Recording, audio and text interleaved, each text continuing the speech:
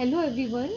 आज हम human ecology and family science का क्लास 12th का लेसन 10 स्टार्ट करने जा रहे हैं, जिसका नाम है बच्चों, युवाओं और वृद्धजनों के लिए सहायक सेवाओं, संस्थानों और कार्यक्रमों का प्रबंधन।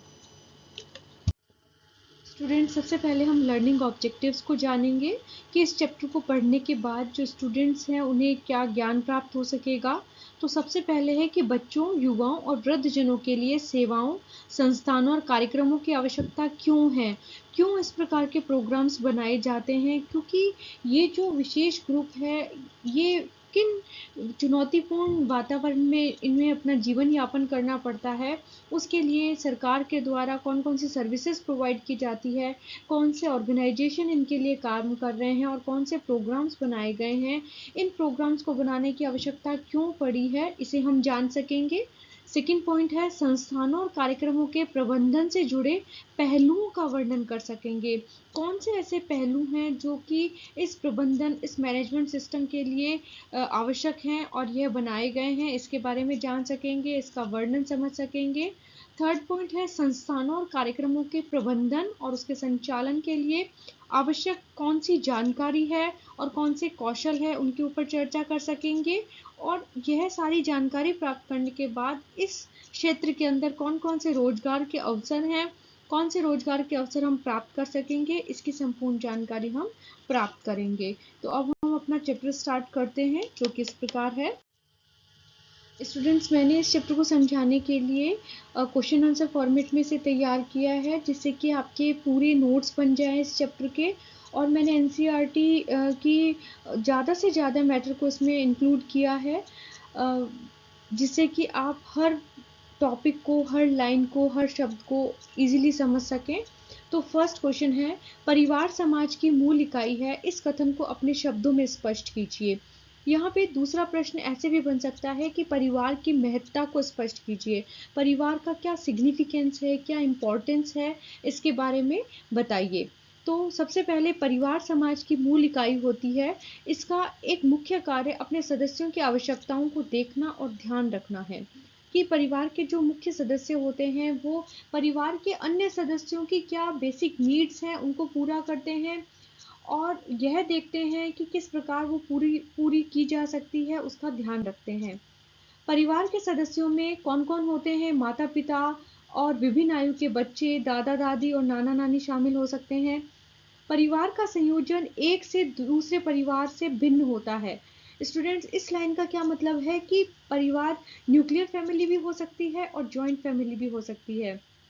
तो प्रत्येक परिवार की जो संरचना है, जो स्ट्रक्चर है, वो अलग अलग होती है, लेकिन अपने जीवन चक्र में विभिन्न चरणों में परिवार का संयोजन भिन्न होता है और सदस्य मिलकर एक दूसरे की आवश्यकताओं को पूरी करने का प्रयास करते हैं। परंतु परिवार हमेशा अपने सदस्यों की अधिकतम वृद्धि और विकास के लिए आवश्यक सभी विशिष्ट सेवाएं प्रदान नहीं कर पाता। सभी परिवार के अपने अपने प्रॉब्लम होती है, मजबूरी होती है कि हर परिवार हर सुविधा को नहीं दे सकता है। तो और पर वह चाहता यही है कि उसका परिवार पूर्ण रूप से समृद्ध हो और उसका सही प्रकार से विकास हो सके।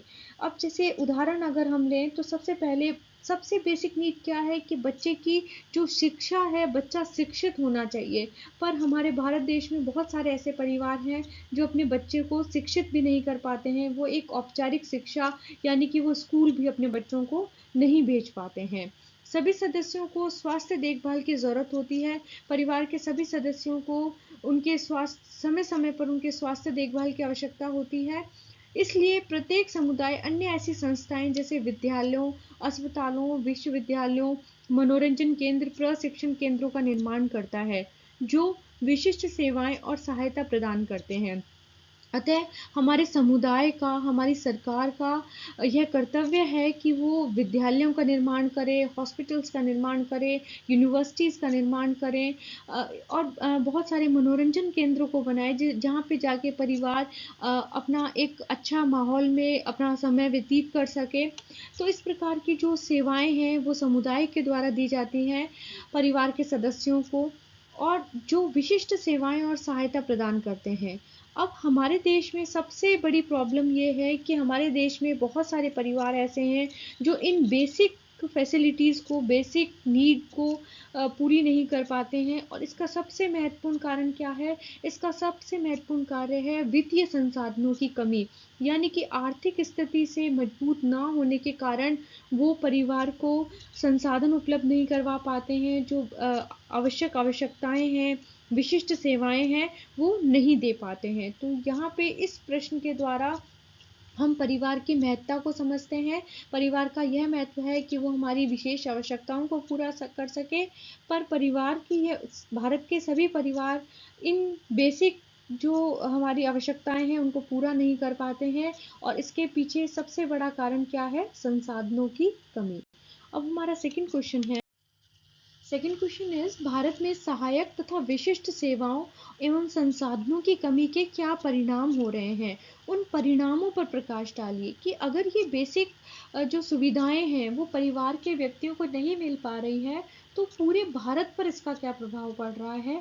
हम इसके ऊपर एक नज़र डालेंगे, जो कि बहुत इम्पॉर्टेंट है। हमें इस चैप्टर को समझने के लिए भारत की स्थिति का भी पता होना आवश्यक है। इसका सबसे बड़ा कारण है कि भारत के अंदर विश्व के 1/3 गरीब रहते हैं, और योजना आयोग के द्वारा यह पता चला है कि 2005 में 37% जनसंख्या राष्ट्रीय गरीबी रेखा के नीचे जीवन यापन कर रही है। यह जीवन यापन करने का अर्थ है कि उन्हें सही रूप से भोजन भी नहीं मिल पाता है, जिसके कारण कि जो बच्चे हैं उन्हें कुपोषण, बच्चे और जो बड़े लोग भी हैं उन्हें कुपोषण का शिकार होना पड़ता है। थर्ड पॉइंट है कि हमारे यहाँ पे 30% से भी कम जनसंख्या है जिन्हें सही रूप से हाइजीन और सैनिटेशन की फैसिलिटीज़ मिलती हैं। बाकी जो जनसंख्या है उन्हें ये सुविधाएं नहीं मिल पाती हैं, जिसके कारण कि उन्हें बहुत सारी बीमारियों का सामना करना पड़ता है। फोर्थ पॉइंट है कि वर्ष भर में होने वाले सभी प्रसवों में से अच्छे से भी कम, जितने भी डिलीवरी हो रही है वो बहुत कम ट्रेंड लोगों के द्वारा करवाई जाती है, और जिसके कारण कि मातृ मृत्यु दर और शिशु मृत्यु दर बढ़ जाती है। यह एक बहुत बड़ा कारण है, और जो बच्चे जन्म ले रहे हैं वो भी अस्वस्थ होते हैं। नेक्स्ट पॉइंट है, देश के आधे से भी कम परिवार आयोडीन युक्त नमक खाते हैं। आयोडीन की कमी बच्चे की मानसिक और शारीरिक वृद्धि को प्रतिकूल रूप से प्रभावित करती है। स्टूडेंट्स, यह पूरा जो टॉपिक है ये मैंने थर्ड चैप्टर में आपको अच्छे से समझाया था कि आयोडीन की कमी के कारण कौन सी बीमारियां हो जाती हैं, बच्चों पे इसके क्या प्रभाव पड़ते हैं। तो इसके कारण जो बच्चे हैं उनकी मानसिक और शारीरिक वृद्धि पर प्रतिकूल प्रभाव पड़ता है। बालिकाओं और महिलाओं के प्रति भेदभाव की भावना, जो पोषण और शैक्षणिक नतीजों तथा विशेष रूप से सबसे छोटे आयु वर्ग में लड़कों की तुलना में लड़कियों के घटते अनुपात समेत अनेक प्रतिकूल सूचकों में परिलक्षित होती है। अब जो बालिकाएं हैं उनका जल्दी ही शादी कर दी जाती है, और उन्हें शिक्षित करने में, उनके पोषण में फ़र्क रखा जाता है, जिसके कारण कि जो लड़के और लड़कियों में फ़र्क रखा जाता है, जिसके कारण कि लड़कियों का अनुपात घटता जा रहा है। तो ये बहुत सारे कारण हैं कि बालिकाओं और महिलाओं पर विशेष ध्यान नहीं दिया जा रहा है, उन पे भेदभाव की भावना रखी जाती है, जिसके कारण उन्हें पोषण की कमी हो जाती है, उन्हें शिक्षित नहीं किया जाता है। तो ये सभी कारण हैं जिसके कारण कि इन सेवाओं को देना बहुत आवश्यक है। नेक्स्ट पॉइंट है, 5 वर्ष से कम आयु के लगभग 2/3 बच्चे मध्यम अथवा गंभीर कुपोषण से पीड़ित हैं। कुपोषण सभी क्षेत्रों के विकास को प्रभावित करता है। तो स्टूडेंट्स, ये जो पूरा इन्फॉर्मेशन है ये पूरे भारत की इन्फॉर्मेशन दी गई है कि यहाँ पे सफाई और सुविधाओं की कमी है, हाइजीन एंड सैनिटेशन की कमी है, एजुकेशन की कमी है, गरीबी एक मुख्य कारण है जिसका कि परिणाम हो रहा है। तो भारत में सहायक और विशिष्ट सेवाओं की आवश्यकता इसलिए है क्योंकि ये सभी कारण हैं जो कि बहुत अधिक प्रभाव डाल रहे हैं भारत की जनसंख्या पर। Next question is, third question is, Bharat सरकार के द्वारा बच्चों, युवाओं और वृद्धजनों के लिए जो कि चुनौतीपूर्ण जीवन यापन कर रहे हैं उनके लिए क्या सेवाएं दी जानी चाहिए, उन सेवाओं पर प्रकाश डालिए। यानी कि भारत सरकार के द्वारा कौन कौन सी सर्विसेज प्रोवाइड की जानी चाहिए इस विशेष वर्ग को जिसमें बच्चे, युवा और वृद्धजन शामिल हैं। तो इन सेवाओं के बारे में हम पढ़ेंगे। ऐसे परिवारों परिवारों और कठिन चुनौतीपूर्ण अथवा कठिन परिस्थितियों में काम करने वाले सदस्यों के लिए सरकार समाज को आगे बढ़कर अपने सदस्यों की आवश्यकताओं को पूरा करने के लिए प्रयास करना चाहिए। ये सरकार का दायित्व है कि वो आगे आए और इन चुनौतीपूर्ण एनवायरनमेंट में जो लोग जीवन यापन कर रहे हैं उनके लिए वो कार्य करें। ऐसा इसलिए है क्योंकि यह सरकार द्वारा समाज का दायित्व है कि वे यह सुनिश्चित करें कि सभी नागरिक अच्छा जीवन जिए, बच्चों और युवाओं को स्वास्थ्य और प्रेरक परिवेश में समग्र विकास के अवसर मिल सके। समग्र विकास यानी कि उनका जो ऑल ओवर डेवलपमेंट है वो सही प्रकार से होना चाहिए। उनका शारीरिक, मानसिक, सामाजिक विकास, उनका व्यक्तित्व विकास, सभी विकास के ऊपर ये जो वातावरण है वह बहुत बड़ा प्रभाव डालता है। अगर इन्हें सही प्रकार से वातावरण नहीं मिलेगा तो जितने भी बच्चे हैं, युवा वर्ग है, उनका विकास सही प्रकार से नहीं हो पाएगा। तो ये हमारे समाज का और हमारे सरकार का दायित्व है कि वो इस वर्ग के ऊपर विशेष ध्यान दे। सरकार द्वारा कठिन परिस्थितियों में जीने वाले व्यक्तियों की आवश्यकताओं को पूरा करने का एक तरीका संस्थान स्थापित करना है और बच्चों, युवाओं और वृद्धजनों के लिए समर्पित कार्यक्रमों को शुरू करना है। अब क्या सेवाएं दी जानी चाहिए कि सबसे पहले इन लोगों के लिए एक ऑर्गेनाइजेशन, एक संस्था का निर्माण किया जाना चाहिए जहां पे इन लोगों को रखा जा सके और उन्हें सभी सुविधाएं उपलब्ध करवाई जा सके। इसके लिए सरकार को कार्यक्रम शुरू करने चाहिए और यह जो कार्यक्रम है ये निजी क्षेत्र और गैर सरकारी संगठनों के प्रयास को भी सहायता प्रदान कर सकती है कि यह आवश्यक नहीं है कि सरकार ही सारे काम करे, हमारे समाज को भी आगे आना होगा और जो प्राइवेट क्षेत्र में लोग कार्य कर रहे हैं उनको आगे आना होगा और कुछ एनजीओज हैं वो भी इसके ऊपर बहुत ज़्यादा काम कर रहे हैं, इस विशेष समूह के ऊपर कार्य कर रहे हैं, उन्हें सेवाएं प्रदान कर रहे हैं।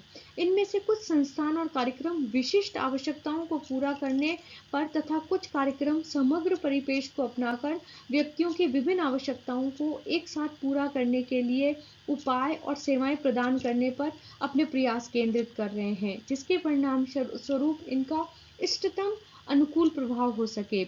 यहाँ पे यह बताया गया है स्टूडेंट्स, इस क्वेश्चन में यह पूछा गया है कि सर क्या सेवाएं दी जानी चाहिए। तो पहले क्या, सबसे पहला स्टेप क्या होना चाहिए कि कुछ इंस्टीट्यूट्स बनाए जाने चाहिए, कुछ ऑर्गेनाइजेशन, संस्थाएं बनाई जानी चाहिए जिसमें बच्चों, युवाओं और वृद्धजनों के लिए कार्यक्रमों को शुरू करना चाहिए जिसमें उन्हें शिक्षित किया जा सके, उन्हें स्वास्थ्य संबंधी सुविधाएं प्रदान की जा सके।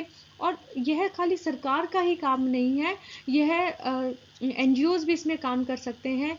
इसका मैं एक आपको एग्जांपल देना चाहूँगी स्टूडेंट्स कि आपने कौन बनेगा करोड़पति देखा था, तो उसमें फ्राइडे को विशेष लोगों को बुलाया जाता था जो कि समाज के लिए, समुदाय के लिए बहुत सारे कार्य कर रहे हैं। तो उसमें से बहुत सारे ऐसे विशेष और प्रतिष्ठित व्यक्तियों को भी बुलाया गया था जो कि बच्चों के लिए बहुत सारे कार्य कर रही हैं, वृद्धजनों के लिए काम कर रहे हैं। तो ये जो चैप्टर है मैंने यहाँ पे ये पॉइंट इसीलिए रखा है जिससे कि आपको वो पॉइंट याद आए और आप इसको कोरिलेट कर सकें, उसके साथ एक रिलेशनशिप डेवलप कर सकें जिससे कि आपको ये चैप्टर बहुत इजीली समझ में भी आएगा। Next question is, fourth question is, संवेदनशीलता से क्या अभिप्राय है, हम बच्चों, युवाओं और वृद्धजनों पर अधिक ध्यान क्यों केंद्रित करते हैं। अब हम यहाँ पे संवेदनशीलता किसे कहेंगे कि समाज के उन व्यक्तियों या समूह से है जिनकी प्रतिकूल परिस्थितियों के द्वारा अधिक प्रभावित होने की संभावना होती है और जिन पर प्रतिकूल परिस्थितियों का अधिक हानिकारक प्रभाव हो सकता है। अब ये प्रतिकूल परिस्थितियां क्या हैं? ये प्रतिकूल परिस्थितियां हो सकती हैं कि जन्म के समय माता पिता का देहांत हो जाना, या जन्म के बाद बच्चे को त्याग दिया जाए, या बच्चा चोरी कर लिया जाता है, या बच्चा घर छोड़ के चला जाता है। ऐसे ही वृद्धजनों के लिए है कि वृद्ध जो व्यक्ति हैं उन्हें परिवार के द्वारा त्याग दिया जाता है। तो ये सब प्रतिकूल परिस्थितियां हैं जिसे हम आगे भी पढ़ेंगे। तो इनका हानिकारक प्रभाव पड़ता है। तो ये हानिकारक प्रभाव जिस समुदाय के जिन व्यक्तियों पर पड़ता है वो व्यक्ति कौन है, वो संवेदनशील व्यक्ति है। यदि किसी व्यक्ति की आवश्यकताएं दैनिक जीवन के क्रम में पूरी नहीं होती हैं तो वह व्यक्ति संवेदनशील बन जाता है, अर्थात कि वो अपनी बेसिक नीड है उसे पूरा नहीं कर पा रहा है, भोजन की व्यवस्था, रहने की व्यवस्था, स्वास्थ्य की व्यवस्था, यह सब पूरी नहीं हो पाती है तो वह व्यक्ति क्या कहलाता है, संवेदनशील व्यक्ति कहलाता है। क्वेश्चन 5 इज, बच्चे संवेदनशील क्यों होते हैं? बच्चे संवेदनशील होते हैं क्योंकि बाल्यावस्था सभी क्षेत्रों में तीव्र विकास की अवधि होती है और एक क्षेत्र का विकास अन्य सभी क्षेत्रों को प्रभावित करता है। ये जो लाइन है ये हमने लेसन 7 में भी पढ़ी थी कि बच्चों का जो वृद्धि और विकास है वो बाल्यावस्था से ही प्रभावित होना प्रारंभ हो जाता है और एक विकास का जैसे शारीरिक विकास है तो उसका प्रभाव मानसिक विकास पे, सामाजिक विकास पे, संवेगात्मक विकास पे, व्यक्तिगत विकास पे, सभी विकास पे पड़ता है। तो ये आपस में समग्र रूप से विकास पे प्रभाव पड़ता है। बच्चे के सभी क्षेत्रों में इष्टतम रूप से बढ़ने के लिए, इष्टतम रूप का क्या अर्थ है स्टूडेंट्स यहाँ पे, कि अधिक रूप से बढ़ने के लिए यह आवश्यक है कि बच्चे की भोजन, उसके रहने की व्यवस्था, उसके स्वास्थ्य देखभाल, उसे प्रेम मिलना चाहिए, पालन और प्रोत्साहन की आवश्यकताओं को समग्र रूप से पूरा किया जा सके। एक बच्चा है, ये उसकी बेसिक आवश्यकताएं हैं, उसकी बेसिक नीड है जिसे कि हर बच्चे को पूरा करना, हर बच्चे के लिए पूरा होना अति आवश्यक है। प्रतिकूल अनुभवों का बच्चे के विकास पर स्थायी प्रभाव पड़ सकता है। सभी बच्चे संवेदनशील होते हैं लेकिन कुछ बच्चे दूसरों की अपेक्षा में अधिक संवेदनशील होते हैं। अब वे कौन से बच्चे हैं जो अधिक संवेदनशील होते हैं, जिन्हें कि चुनौतीपूर्ण वातावरण में रहना पड़ता है, तो वो एक सामान्य बच्चे से अधिक संवेदनशील होंगे। क्यों? क्योंकि उनकी जो बेसिक नीड्स हैं वो पूरी नहीं हो रही हैं। ये वे बच्चे हैं जो इतनी चुनौतीपूर्ण स्थितियां और कठिन परिस्थितियों में जीते हैं कि उनकी भोजन, स्वास्थ्य देखभाल और पालन पोषण की मूलभूत आवश्यकताएं पूरी नहीं हो पाती है। यह उनकी क्षमताओं का विकास होने से रोकता है। मतलब जो उनका विकास होना चाहिए वो नहीं हो पाता है। वो किन कारणों से नहीं हो पाता है? भोजन की कमी से नहीं हो पाता है। जो उन्हें स्वास्थ्य सेवाएं मिलनी चाहिए, जैसे समय पर टीकाकरण होना चाहिए, बीमारी के समय हमें दवाइयाँ मिलनी चाहिए, वो नहीं हो पाता है। उन्हें एक प्यार का वातावरण नहीं मिलता है, उन्हें जीवन में प्रोत्साहन का वातावरण नहीं मिलता है। इस कारण से बच्चे संवेदनशील होते हैं। 6th क्वेश्चन इज, भारत में बच्चों के लिए सेवाओं, संस्थानों और कार्यक्रमों की आवश्यकता क्यों है? क्यों बच्चों को सर्विसेज प्रोवाइड करने की आवश्यकता है? तो उसका एक कारण है कि भारत की जो बाल जनसंख्या है उसका एक बहुत बड़ा अनुपात ऐसा है जिनकी बेसिक जो आवश्यकताएं हैं, जो उनकी बेसिक नीड है वो पूरी नहीं हो पा रही है। और उसमें से 3 लाख बच्चे ऐसे हैं जिन्हें रहने के लिए जगह नहीं है, तो उन्हें अपना जीवन सड़कों पर यापन करना पड़ रहा है। और 3 में से सिर्फ एक बच्चा ही ऐसा है जिसे कि विद्यालय जाने का अवसर मिलता है और वो कुछ सीखने की प्रक्रिया कर सकता है। उसे अधिगम कार्यक्रम यानी कि सीखने की प्रक्रिया यानी कि वो स्कूल जा सकता है। भारत में 6 से 14 वर्ष तक की आयु के आधे से भी कम बच्चे विद्यालय तक पहुंच पाते हैं और जो बच्चे फर्स्ट क्लास में अपना एनरोलमेंट करवाते हैं वो 8th क्लास तक भी नहीं पहुंच पाते हैं और वो किसी न किसी कारण से स्कूल छोड़ देते हैं। और 17 करोड़ बच्चे ऐसे हैं जो कि जिन्हें अपनी शिक्षा, स्वास्थ्य और घर की सुविधा नहीं मिलती है और वे अपने भोजन के लिए कार्य करना प्रारंभ कर देते हैं, यानी कि जो उनकी खेलने की, सीखने की उम्र होती है उसमें उन्हें काम करना होता है और यह वास्तविक संख्या और भी अधिक हो सकती है। विश्व बैंक के अनुसार यह संख्या 44 करोड़ तक हो सकती है कि 44 करोड़ ऐसे भारत के अंदर बच्चे हैं जिन्हें उनकी जो बेसिक आवश्यकताएं हैं, बेसिक नीड है वो पूरी नहीं हो रही है। उन्हें भोजन, स्वास्थ्य संबंधी सेवाएं, शिक्षा, रहने के लिए घर, ये सुविधाएं नहीं उपलब्ध हो पा रही है। अतः इन संस्थानों और इन कार्यक्रमों की भारत के अंदर बहुत अधिक आवश्यकता है। नेक्स्ट क्वेश्चन इज, बाल अपराध किसे कहते हैं? बाल अपराधी कौन होते हैं? तो बाल अपराधी वो बच्चे होते हैं जिन्हें जो कि कठिन परिस्थितियों में अपना जीवन यापन करते हैं और ये जो बच्चे होते हैं इन्हें विशेष देखभाल और संरक्षण की आवश्यकता होती है। अतः किशोर न्याय अधिनियम 2000 बनाया गया जो कि बच्चों की देखभाल और संरक्षण के लिए बनाया गया है। तो आपसे प्रश्न यहाँ पे पूछा जा सकता है कि बच्चों की देखभाल और संरक्षण के लिए अधिनियम कब पारित किया गया और उसका क्या नाम है? तो उसका नाम किशोर न्याय अधिनियम है और ये कब पारित किया गया, ये वर्ष 2000 में लागू किया गया, जिसमें बच्चों की देखभाल और संरक्षण किया जाता है। भारत में किशोरों के लिए न्याय का प्राथमिक ढांचा तैयार किया गया है। अब इसमें 2 प्रकार के बच्चे हैं, कौन-कौन से हैं? एक तो वो बच्चे हैं जो कानून का उल्लंघन करते हैं और दूसरे वो बच्चे हैं जिन्हें देखभाल और संरक्षण की आवश्यकता होती है। कानून का उल्लंघन करने वाले बच्चे, जिन्हें बाल अपराधी भी कहते हैं, वह होते हैं जिन्हें पुलिस द्वारा भारतीय दंड संहिता, इंडियन पीनल कोड का उल्लंघन करने के लिए गिरफ्तार किया जाता है। और दूसरे शब्दों में उन्हें पुलिस द्वारा इसलिए पकड़ा जाता है क्योंकि उन्होंने जुर्म किया है और वे जुर्म के आरोपी होते हैं। इस अधिनियम में बाल अपराध की रोकथाम और उसके साथ व्यवहार के लिए विशेष अधिनियम का प्रावधान है और यह बच्चों के संरक्षण, उपचार, व्यवहार और पुनर्वास के लिए रूपरेखा प्रदान करता है। इसमें जो 18 वर्ष से कम आयु के बच्चे होते हैं जो कि अपनी कठिन परिस्थितियों के कारण अपराध करते हैं और इन बच्चों के लिए विशेष प्रकार के संरक्षण दिया जाता है, इन्हें उपचार दिया जाता है, इन्हें सही व्यवहार सिखाया जाता है और उनके पुनर्वास की व्यवस्था की जाती है।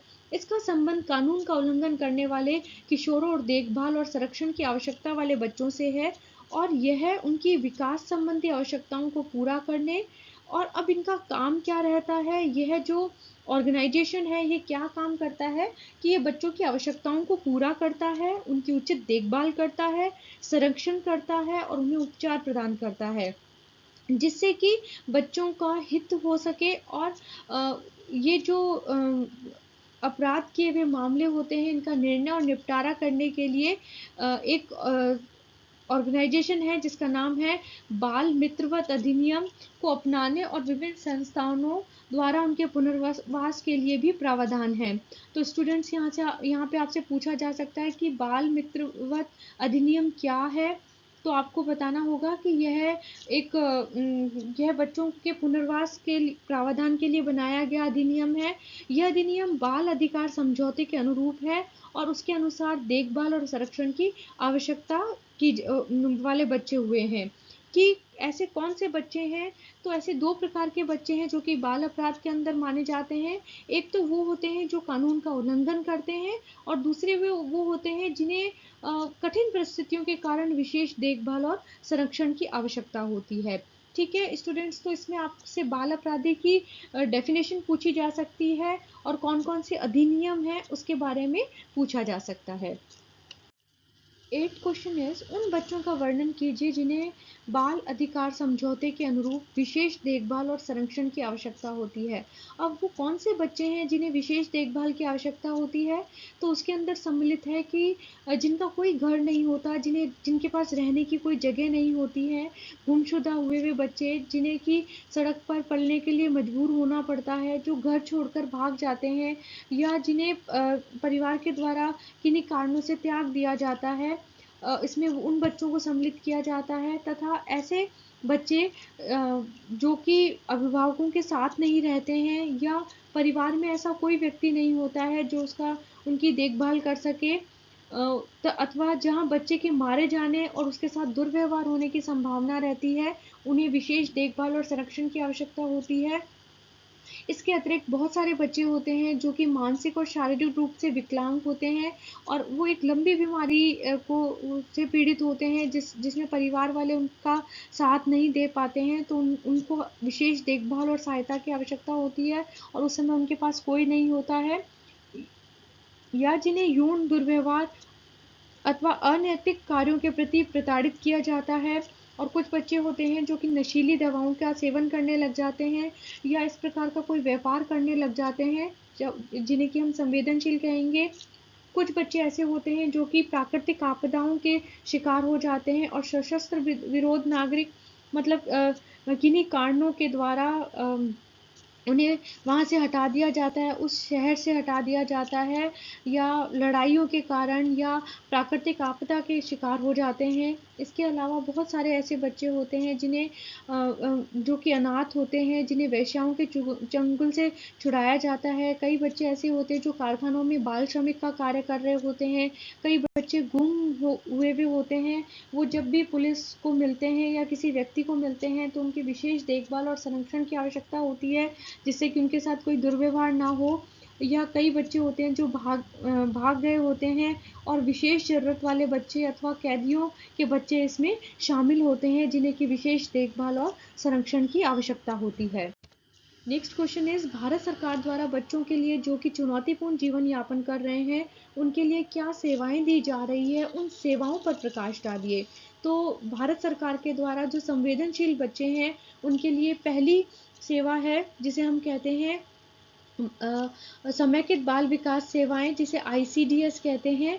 इसके अंतर्गत यह विश्व का सबसे आरंभिक बाल्यावस्था कार्यक्रम है, जिसका उद्देश्य समेकित तरीके से 6 वर्ष से कम उम्र के बच्चों के स्वास्थ्य का ध्यान रखना, उनके पोषण, उनकी आरंभिक शिक्षा व आवश्यकताओं को पूरा करना तथा उनके विकास को बढ़ावा देने का कार्य होता है।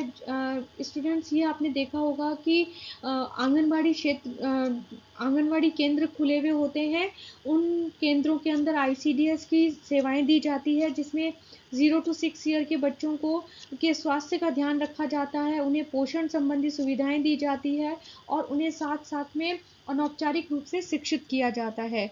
यह कार्यक्रम माताओं के स्वास्थ्य और पोषण और स्वास्थ्य शिक्षा भी देता है, माताओं को अवेयरनेस देता है, जानकारी देता है स्वास्थ्य के बारे में, पोषण के बारे में, जिससे जो माताएं हैं वो अपना स्वयं का भी ध्यान रख सके और अपने बच्चों का ध्यान रख सके। 3 to 6 ईयर के जो बच्चे होते हैं उनके लिए अनौपचारिक विद्यालय पूर्व शिक्षा दी जाती है। इसमें विद्यालय से पहले जो अनौपचारिक शिक्षा, इनफॉर्मल एजुकेशन दी जाती है, वो यह इन आंगनवाड़ी के केंद्रों में ICDS सेवाओं के द्वारा दी जाती है। 6 वर्ष से कम आयु के सभी बच्चों तथा गर्भवती और स्तनपान कराने वाली माताओं के लिए पूरक भोजन वृद्धि की निगरानी तथा मूलभूत स्वास्थ्य देख सेवाएं, जैसे 6 वर्ष से कम आयु के बच्चों के लिए टीकाकरण और विटामिन A पूरकों को ध्यान में रखा जाता है। मतलब गर्भवती माताओं और जो लैक्टेटिंग वूमेन और प्रेग्नेंट वूमेन्स होती हैं, उनके पोषण का, उनके स्वास्थ्य का ध्यान रखा जाता है और बच्चों के टीकाकरण की व्यवस्था की जाती है और उन्हें विटामिन A के जो सप्लीमेंट्स हैं वो दिए जाते हैं।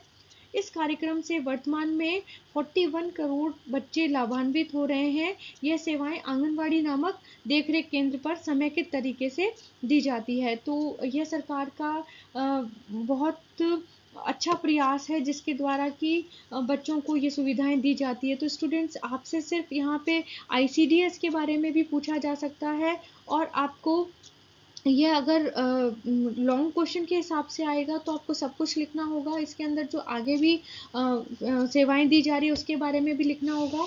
पर अगर आपसे शॉर्ट क्वेश्चन में खाली ICDS के बारे में पूछे तो आपको यहाँ पे इतना एक्सप्लेन कर दिया है मैंने। नेक्स्ट जो सेवा है वो है, सर्विसेज जो प्रोवाइड की जा रही है वो है बाल गांव SOS। यह एक स्वतंत्र गैर सरकारी सामाजिक संगठन है जिसमें अनाथ और परित्याग किए गए बच्चों को दीर्घ अवधि देखरेख के लिए परिवार अधिगम प्रारंभ किया जाता है। बाल गांव, जिसे हम SOS कहते हैं, यह एक बहुत ही अच्छा प्रयास है जिसके अंतर्गत एक पूरे परिवार का वातावरण प्रदान किया जाता है बच्चों को। और भारत में आपसे पूछा जा सकता है कि भारत में सबसे पहला जो SOS विलेज है वो कहाँ बनाया गया, कहाँ स्थापित किया गया, तो वो 1964 में स्थापित किया गया।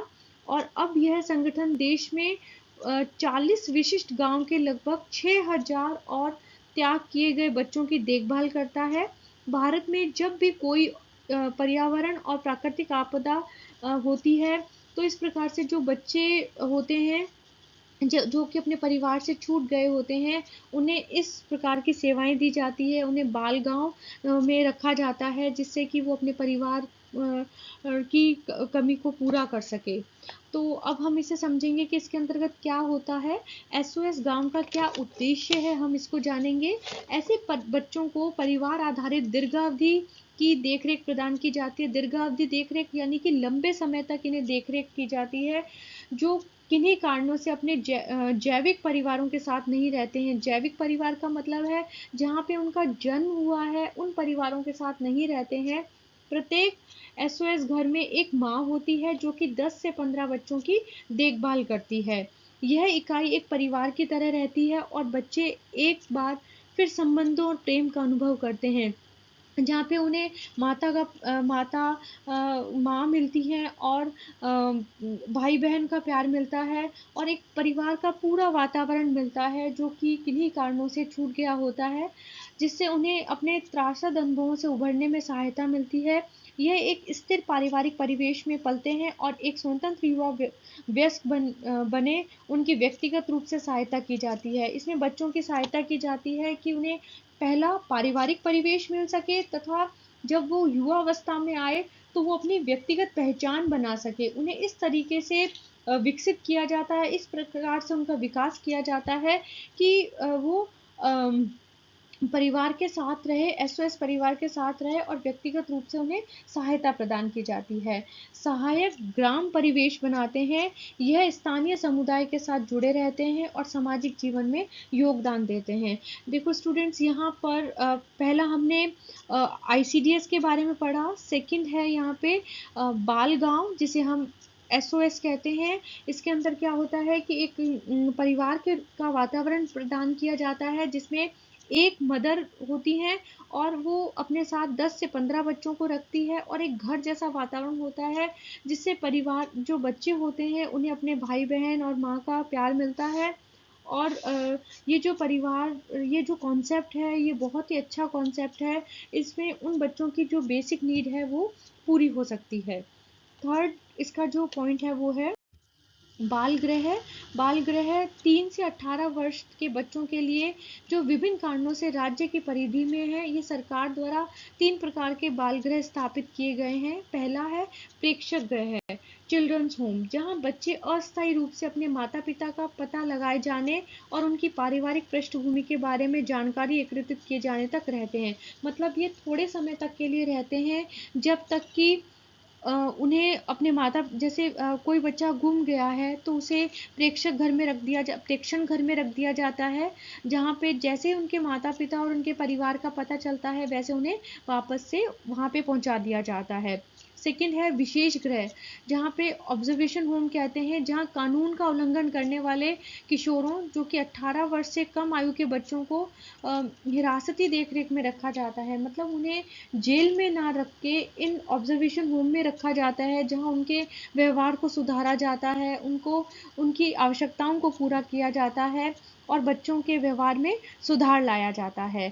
थर्ड है ये बाल गृह के अंतर्गत ही तीनों गृह स्थापित किए गए हैं। थर्ड है किशोर बाल गृह, जहाँ उन बच्चों को रखा जाता है जिनके परिवार का पता नहीं चल पाता है अथवा जिनके अभिभावक अस्वस्थ या मृत होते हैं अथवा जो बच्चों को वापस नहीं ले जाना चाहते हैं। सरकार पर इन्हें सरकार जो होती है वो उन्हें घर की सुविधा देती है, इन्हें पढ़ाई की देती है, शिक्षा देती है और इन्हें कुछ ऐसी ट्रेनिंग देती है जिससे कि वो आगे अपना कोई व्यवसाय प्रारंभ कर सके और वो अपना जीविकोपार्जन कर सके। अधिकांश गृह सरकार द्वारा गैर सरकारी संगठनों के साथ भागीदारी में चलाए जाते हैं। बच्चों में ऐसे कौशल विकसित करने में सहायता करने के प्रयास किए जाते हैं जिससे वो समाज के उत्पादक और उपयोगी सदस्य बनने में सक्षम हो सके, अर्थात कि उन्हें इस प्रकार से ट्रेंड किया जाता है, उनके व्यवहार को परिवर्तित किया जाता है, उन्हें घर का वातावरण दिया जाता है, उन्हें शिक्षित किया जाता है तथा इस प्रकार से ट्रेन किया जाता है कि वो समाज के लिए लाभदायी हो सके और वो अपना कोई कार्य प्रारंभ कर सके। नेक्स्ट है गोद लेना, जिसे दत्तक ग्रहण प्रक्रिया कहते हैं। भारत में गोद लेने की परंपरा काफ़ी पुरानी है।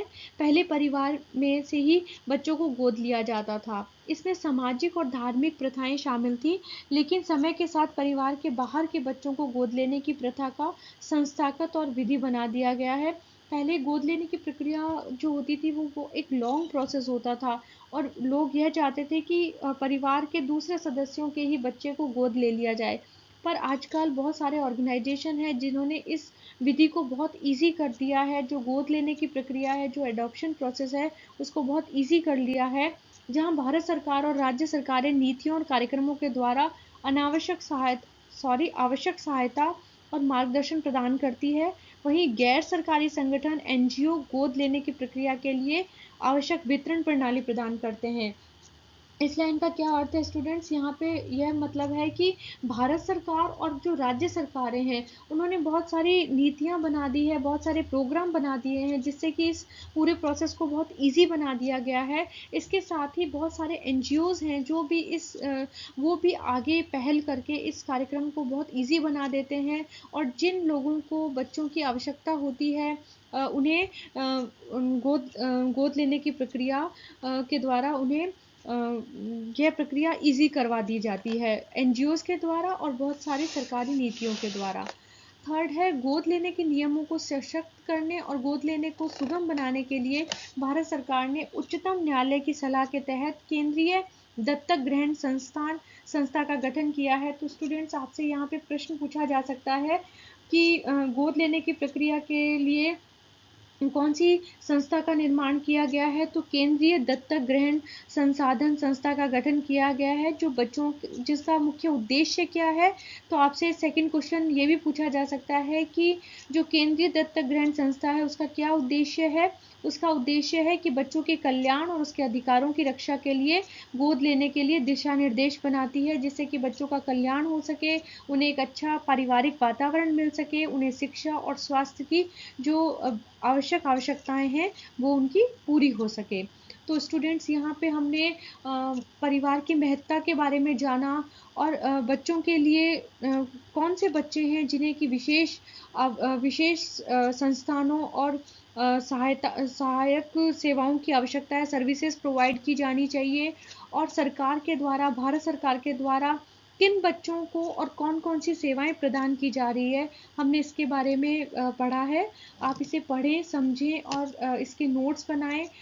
ये संपूर्ण नोट्स बनाए गए हैं, पूरे नोट्स हैं जिसमें क्वेश्चन अगर आपसे कोई भी क्वेश्चन पूछा जाएगा तो आप इजीली उसका आंसर कर सकते हैं। अब इसका जो नेक्स्ट क्वेश्चन है जो नेक्स्ट पार्ट है इस चैप्टर का वो मैं सेकंड पार्ट में आपके लिए लेके आती हूँ। जब तक आप इसे पढ़ें, समझें और याद करें। Thank you very much.